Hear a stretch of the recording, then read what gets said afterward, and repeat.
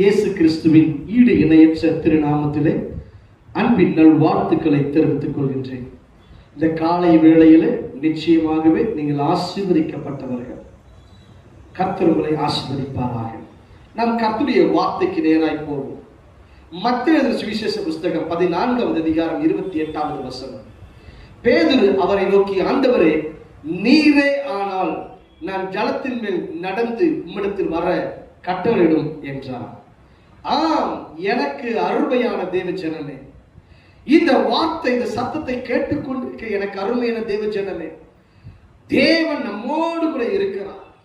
இங்கு பேதுரு முன்பதாக இயேசு கடல் மீது நடந்து வரும் பொழுது, அப்பொழுது பேதுரு ஆவேசம் என்று அலறுகிறார்கள் சீஷர்கள். ஆனால் இந்த பேதுரு சொல்லுகிறான், நீரே ஆனால் ஜலத்தின் மீது நடந்து வர கட்டளையிடும். எனக்கு அருமையான தேவ பிள்ளைகளே, அப்பொழுது பேதுரு இயேசு வா என்று சொன்னார். வேதம் சொல்லுகிறது 29ஆம் வசனம், அவன் ஜலத்தின் மேல் நடந்தான். ஆம், எனக்கு அருமையான தேவ ஜனமே, கடல் மேல் நடந்தவர்கள் இருவர், ஒன்று இயேசு, இரண்டு பேதுரு. ஆம், ஆனால் அந்த கடலில் நடந்து வரும் பொழுது பேதுரு காற்றின் கடலை பார்த்து, அவைகள் இறையிற சத்தத்தை பார்த்து அவன் அப்படி அமிழ்ந்து போனான். மத்தேயு எழுதின சுவிசேஷ புஸ்தகம் 14வது அதிகாரம் 30ஆம் வசனம் 31ஆம் வசனம் சொல்லுகிறது, காற்று பலமாய் இருக்கிறதை கண்டு அவன் அமிழ்ந்து போகையில், ஆண்டவரே என்னை ரட்சியும் என்று சொன்னான். இன்னைக்கு அமிழ்ந்து போகிற சூழ்நிலை இருக்கிறாயா? எனக்கு அருமையான தேவ ஜனமே, இயேசு உன் பக்கத்தில் இருக்கிறார். உன் கையை அவர் பிடிக்கிறவராய் இருக்கிறார். ஆனால் ஒன்றே ஒன்று செய்ய வேண்டிய காரியம் என்ன தெரியுமா? அவரை நம்ப வேண்டும். இயேசுவை நம்பி பேதுரு ஜலத்தின் மீது நடந்து வந்தார். நீரே ஆனால் ஜலத்தின் மீது நடந்து வர கட்டளையிடும் என்று சொல்லி, இன்றைக்கு நம்ம வாழ்க்கைக்கு முன்பதாக பல பிரச்சனைகள் இருக்கும், பல போராட்டங்கள் இருக்கும். ஆனால் அதனை ஜெயித்து நடக்க வேண்டும். எனக்கு அருமையான தேவ பிள்ளைகளே, அப்ப என்ன செய்யணும்? முதலாவது விசுவாசம் நமக்குள்ள வர வேண்டும்.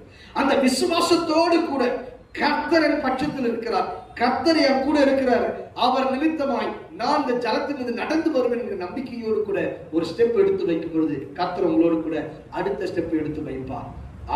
எனக்கு அருமையான தேவ ஜனமே, எதை பார்த்து பயந்து போகாதே. பேதுருவை போல காற்றை கடலை பார்த்து அவைகளை பார்த்து பயந்து போகாது. அப்படி பயந்து போனால் நீ மூழ்கி போவாய். நீ கர்த்தருக்காய் எழும்பினில் கர்த்தர் உன்னை பிரகாசிக்க வைப்பார். நீங்க விசுவாசமாய் கர்த்தருக்காய் எழும்ப ஆயத்தமா இருக்கிறீர்களா? நான் உங்களுக்காக ஜெபிக்கிறேன். மகா இரக்கமும் கிருபையும் உள்ள எங்கள் தேவனே, உம்மை நாங்கள் துதிக்கிறோம், ஸ்தோத்திரிக்கிறோம். ஐயா, நீரே ஆனால் ஜலத்தின் மீது நடந்து வர கட்டளையிடும் என்று சொன்னீரே, அப்படியாக நாங்கள் உங்களை விசுவாசிக்கிறோம். உம்முடைய அந்த இயேசுங்கிற நாமத்தை கொண்டு நாங்கள் எல்லாவற்றையும் நாங்கள் ஜெயமெடுப்போம் என்று நாங்கள் நம்புகிறோம் சுவாமி. நாங்கள் விசுவாசத்தில் வல்லவர்கள் ஆகி எல்லாவற்றிலும் ஜெயமெடுத்து காணப்படுவோம் சுவாமி. எங்கள் முன்பதாக எப்பேற்பட்ட பிரச்சனைகள் காணப்பட்டால் அவர்கள் தவிடுபடியாய் போவதற்காய் ஸ்தோத்திரம். கர்த்தர் ஜெயாலியாய் எழுந்து நிற்பதற்காய் நன்றி. உன்னதர் இயேசுவின் நாமத்தில் ஜெபிக்கிறோம் நல்ல பிதாவே. ஆமென் ஆமென். God bless you. கர்த்தர் உங்களை ஆசீர்வதிப்பாராக.